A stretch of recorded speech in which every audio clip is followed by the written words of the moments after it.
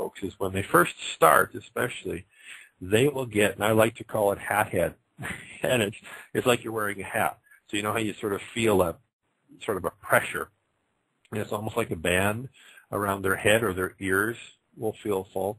And what's happening is, as they meditate, as I said, as they remember how to be still, that type of thing, that chakra starts to open up.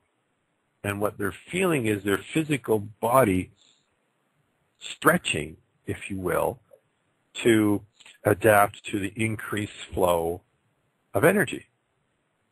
And that's what happens. And sometimes, actually, they'll even be able to feel right in the center of their forehead, almost like a little pressure or a little tingling. It's a whole variety of sensations that they will sometimes feel. So that's our brow chakra. So the physical aspect of it and the emotional, psychological, I kind of bunch those together, our thoughts. And it's interesting how, while we're on thoughts, it's interesting how we will naturally validate the different chakras in this case and not even realize we're doing it. So our brow chakra relates to our thoughts. What do we do when we're trying to, let's say, solve a problem, or there's an answer we're trying to come up with? The first thing we do is we'll rub our forehead and we'll go, oh man, geez, I'm just trying to think. Or if we've had a really busy day, a lot of stuff on the go, what will we do? Oh, we'll kind of rub our forehead. Oh man, you know, I've had a busy day. Now, why do we rub our forehead? You know, why don't we rub our knee? I don't know. Why don't we rub our elbow? What do? We naturally rub our forehead. We naturally go to, in this case, the brow chakra. And our brow chakras are, in many respects, like a muscle. So if we do a lot of thinking or that type of thing, that chakra energy-wise, and we have somebody else during the chat room. Thank you very much. We only have 7 minutes left. Thanks for coming. So, but thankfully it's archived. You can always listen to it later. That will validate that naturally without even thinking about it. Okay, so I'm going to jump up to our crown chakra just because I don't want to run out of time. Our crown chakra, well, hello to you too. Our crown chakra is right at the tip of our spine, and it is the complementary chakra to our root chakra. So remember how I said our root chakra is almost outside of our physical experience?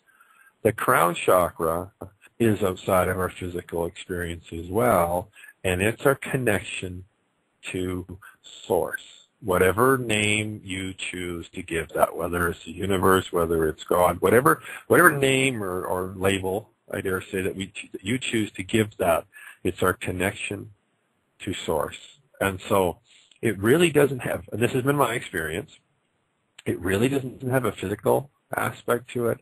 And like the root chakra, I have found it almost doesn't have an emotional aspect to it because it is outside of our emotions as well. I just had a question here in the chat room. What does green, black, white, gold, and purple? When I might explain the whole rainbow. I'll wait for your lessons at the end. Well, absolutely. I will. Well, you know what? I'm going to give you a really quick rundown on that, and then maybe what the next show might be is what the colors mean. So I'll wrap it with the crown chakras, and if I have time, you might need to extend rest.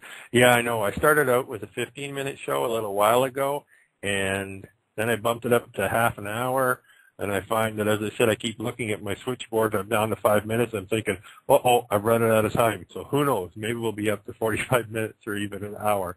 Oh, hey, that's no problem. That's no problem. Yes, you know what I'm going to do for you. Sorry, I'm bouncing around here, folks, when I'm in the chat room too, about the colors and whatnot. I will do another impromptu show. If you could send me an email, and my email address is Russ, R-U-S as in Sam, S as in Sam, at healingcenter. Oh, so I can extend it on the fly. Oh, well, thank you. I'm going to try that. If it works, that would. If it doesn't, well, I guess we won't. But thanks for the information. If you send an email to me, Russ at healingcenter.ca, what I'll do is I'll do another show, even if it's kind of an impromptu show for you, explaining the colors and what they mean to me, and then I'll email you, and then you can flip over to Blog Talk Radio and download it or listen to it. So, but thank you. That's a very good question. So our crown chakra is connection to source. Yes, and here energy therapy. So I have enough issues talking and trying to type in the chat room at the same time. So if I actually have to do the segment thing, I don't know what I'll do. I might brow chakra breakdown or something like that. So go to the link to the show. Yes. Okay. I'm going to try. And you really want me to go 60 minutes? Okay. You asked for it. Oh, sure, you're sorry. Yes. Okay, now I'm turning in just to a chat room person. I need to get back to the show. Crown chakra, connection to source. Okay, now I have found that our crown chakra, it's not very often that it has any energetic imbalances or anything like that with it. There has been a few occasions, and as I said, it's similar to the root chakra. Oh, even if it goes off the air. Sorry, I'll just keep talking and you hosting and you still hear me. It doesn't have a whole lot of imbalances. I find if there's some trauma of some type that has been, I'm going to say very severe, that sometimes I'll feel some imbalances there. The crown chakra is really neat because that is the source of so many things, and I've alluded to in these past shows. Oh, yeah, I thought energy therapies, once it goes off the air, I'm cut off. That's right. So, you know what? I'm down to 2 minutes. I'm not going to be able to extend it. Sorry, folks. So I guess you're just going to have to come back and listen to the next show. The crown chakra, or the meditation ladder that I talked about. So, and I'll probably do a show on that too, because that's really kind of an interesting model that we can use. But the crown chakra is really that connection to the see, now you're distracting me, energy therapy. It's a connection to all that is.